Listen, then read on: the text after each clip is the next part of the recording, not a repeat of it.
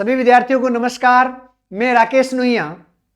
विद्यार्थियों, हम बात कर रहे थे राजस्थान के सभ्यता स्थल से संबंधित, और राजस्थान के सभ्यताओं के अंदर एक महत्वपूर्ण स्थल आता है और उस महत्वपूर्ण स्थल का नाम आता है विद्यार्थियों कि गणेश्वर। एक राजस्थान की सभ्यता स्थलों के अंदर एक नाम आता है और उसका नाम आता है गणेश्वर सभ्यता स्थल।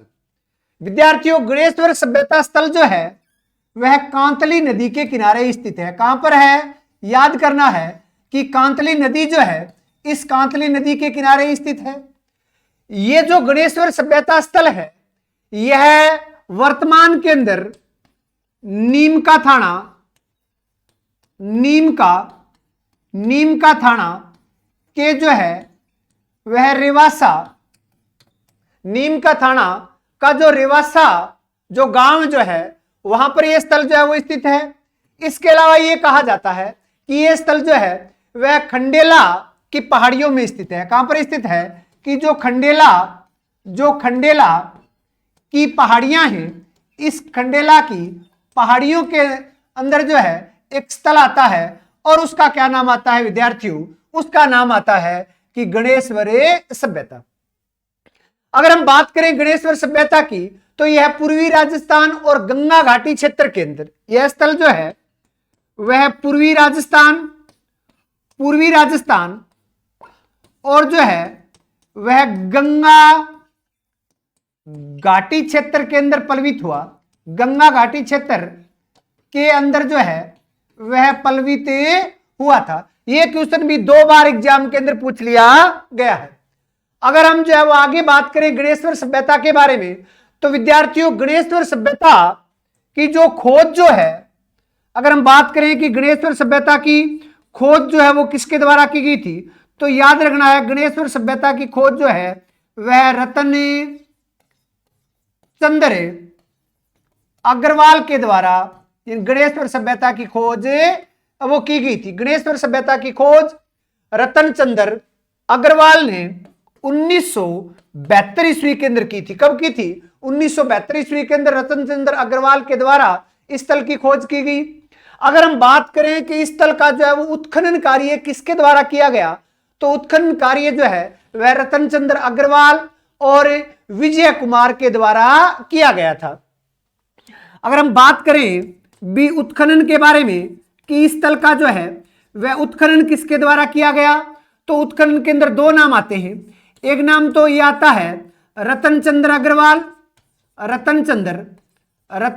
अग्रवाल और एक नाम आता है विद्यार्थियों विजय कुमार। क्या नाम आता है? विजय कुमार। इनके द्वारा जो है वह 1977 और 78 ईस्वी के अंदर जो है वो गणेश्वर के अंदर क्या किया गया? उत्खनन का कार्य किया गया। यानी गणेश्वर जो सभ्यता जो है यह वर्तमान के अंदर नीम के थाना के रेवासा या ये कहेंगे भी खंडेला की पहाड़ियां, या आप कह सकते हो कि पूर्वी राजस्थान के अंदर जो है वो गंगा घाटी क्षेत्र है वहां पर यह स्थल पल्वित हुआ था। इसकी खोज जो है वह रतन चंद्र अग्रवाल के द्वारा की गई और इसका जो उत्खनन का कार्य जो है वह रतन चंद्र अग्रवाल और विजय कुमार के द्वारा 1977-78 ईस्वी के अंदर किया गया था। यह बात हम पहले पढ़ चुके हैं कि जो गणेश्वर जो है वह कांतली नदी के किनारे स्थित है। अगर हम विद्यार्थियों अगली बात करें तो यह बात आता है कि जो गणेश्वर सभ्यता है इस गणेश्वर सभ्यता का समय क्या रहा। अगर हम बात करें कि भी गणेश्वर सभ्यता का समय क्या था तो इसका समय जो है वह 2800 ईस्वी पूर्व माना गया है। 2800 ईस्वी पूर्व जो समय है वह डीपी अग्रवाल के द्वारा माना गया था। यह समय का निर्धारण जो है वह डीपी अग्रवाल के द्वारा किया गया था। यानी डीपी अग्रवाल के द्वारा यह बताया गया कि यह जो सभ्यता है इसका समय 2800 ईस्वी पूर्व आता है। अगर हम इस सभ्यता के जो है वो उपनामों की बात करें, यानी इस सभ्यता के उपनाम जो है वो कौन कौन से आते हैं और ये कई बार पूछ लिए जाते हैं। इस सभ्यता को जो है वह तम्र युगीन सभ्यताओं की जननी कहा जाता है। यानी गणेश्वर सभ्यता को जो है वह तम्र युगीन सभ्यताओं की जननी कहा जाता है। सभ्यताओं की जो है वह जननी कहा गया है। ताम्र युगीन सभ्यताओं की जननी किसे कहा जाता है? तो बताना है गणेश्वर को जो है वह ताम्र युगीन सभ्यताओं की जननी कहा जाता है। इसके साथ साथ में इसे जो है वह पुरातत्व का पुष्कर कहा गया है। पुरातत्व का जो है वह पुष्कर किसे कहा जाता है? तो बताना है कि भी गणेश्वर को जो है वह पुरातत्व का पुष्कर कहा जाता है। इसके अलावा इसे जो है वह पूर्व हड़प्पाकालीन सभ्यता भी कहा जाता है। क्या कहा जाता है? पूर्व हड़प्पाकालीन सभ्यता स्थल के रूप में भी इसकी पहचान है वो की जाती है। अगर इसके अलावा और बात करें तो इसे जो है वह ताम्र युगीन सभ्यता भी कहा जाता है। ध्यान से सुन लेना, इसे जो है वह ताम्र युगीन सभ्यता के नाम से भी जाना जाता है। इसके अलावा अगर बात करें तो इसे जो है वह ताम्र संचयी संस्कृति भी कहा जाता है। क्या कहा जाता है? इसे जो है वह ताम्र संचयी जो है वह संस्कृति के नाम से भी जो है वो जाना जाता है। हम बात किसकी कर रहे हैं? हम बात कर रहे थे वो गणेश्वर सभ्यता के बारे में। यानी गणेश्वर सभ्यता को जो है वह कई उपनामों से जाना जाता है। इसे ताम्र युगीन सभ्यताओं की जननी कहा जाता है, इसे जो है वो पुरातत्व का पुष्कर कहा जाता है, इसे जो है वो पूर्व हड़प्पाकालीन सभ्यता से संबंधित स्थल माना जाता है, इसे जो है वो ताम्र युगीन स्थल कहा जाता है, इसे जो है वो ताम्र संचयी संस्कृति के नाम से भी जाना जाता है। और बहुत महत्वपूर्ण एक और नाम आता है कि इसे जो है वह हड़प्पा जो वो सभ्यता के जो स्थल थे, इन हड़प्पा सभ्यता के जो वो स्थलों को हड़प्पा सभ्यता के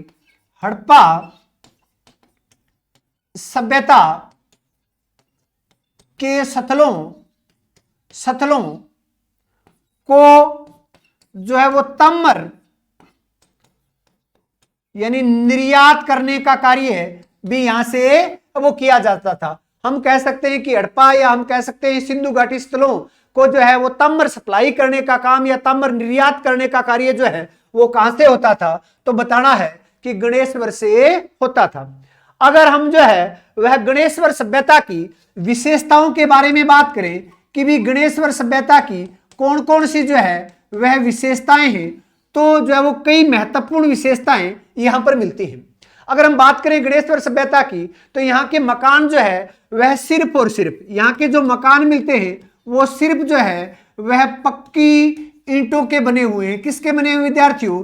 की पक्की ईंटों के बने हुए यहां से मकान अवश्य मिलते हैं। या हम इस बात को ये कह सकते हैं, अगर ये बात आप न लेकर के और आप ये भी कह सकते हो कि मकान जो है वह पत्थर के बने हुए हैं। मकान किसके बने हुए हैं? कि पत्थर के बने हुए मकान यहां से मिलते हैं।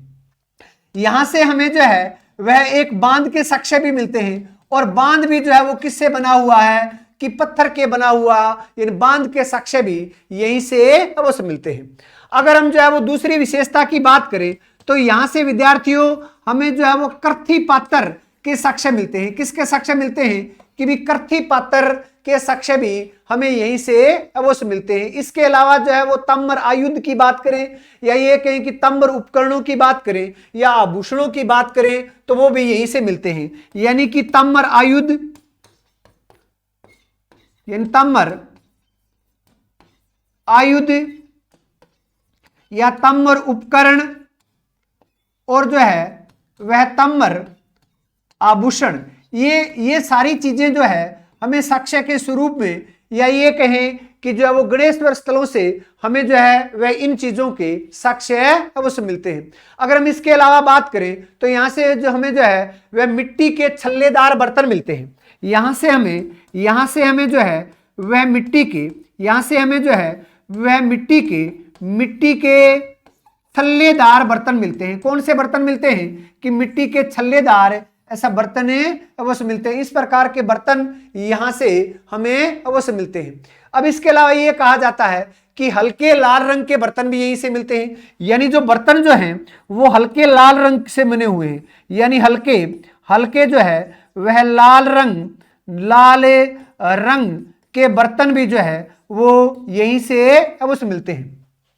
यानी इन सारी विशेषताओं के अलावा अगर हम बात करें तो एक बात ये आती है जो very very very most important है कि भी गणेश्वर जो सभ्यता है ये जो है वो क्या करती थी कि इसके जो है वो एक प्रकार से आप कह सकते हैं कि भी यानी आशीर्वाद स्वरूप, या आप ये कह सकते हैं कि भी गणेश्वर सभ्यता के पश्चात जो है वह दो सभ्यताएं और महत्वपूर्ण आई, या कह सकते हैं कि भी गणेश्वर सभ्यता के वरदान स्वरूप जो है वह दो स्थलों के रूप में जो उस पहचान की जाती है।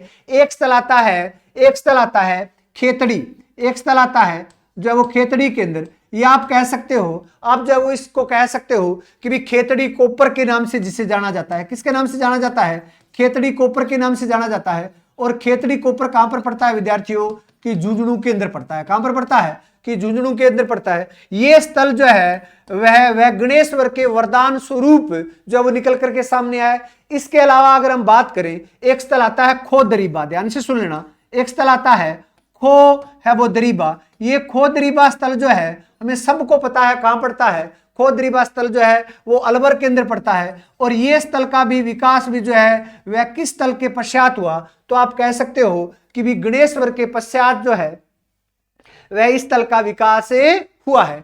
हमने जो है वो कौन सी चीज को पढ़ने का प्रयास किया? हमने जो है वो गणेश्वर सभ्यता को पढ़ने का प्रयास किया। मैंने आपको क्या बताया कि भी जो गणेश्वर सभ्यता स्थल है, हमने क्या पढ़ा कि जो गणेश्वर सभ्यता स्थल है यह जो कौन सी नदी के किनारे है? कि भी कांतली नदी के किनारे है।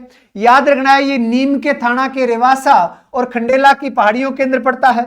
यह स्थल जो है वो पूर्वी राजस्थान और गंगा घाटी क्षेत्र के अंदर पल्वित हुआ था। इसकी खोज जो है वह रतन चंद्र अग्रवाल के द्वारा की गई थी 1972 ईस्वी के अंदर। इसका उत्खनन का कार्य जो है वह रतन चंद्र अग्रवाल और विजय कुमार के द्वारा जो है वह 1977-78 ईस्वी के अंदर किया गया था।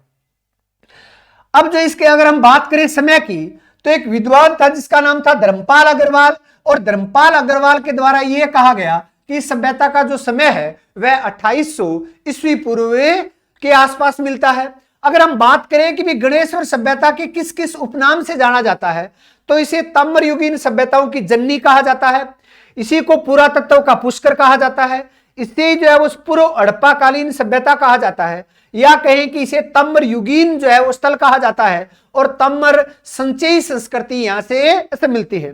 विद्यार्थियों, जो हड़प्पा के जो भी स्थल थे उन स्थलों को जो है वो ताम्र निर्यात करने का कार्य भी जो है वो गणेश्वर से किया वो जाता था।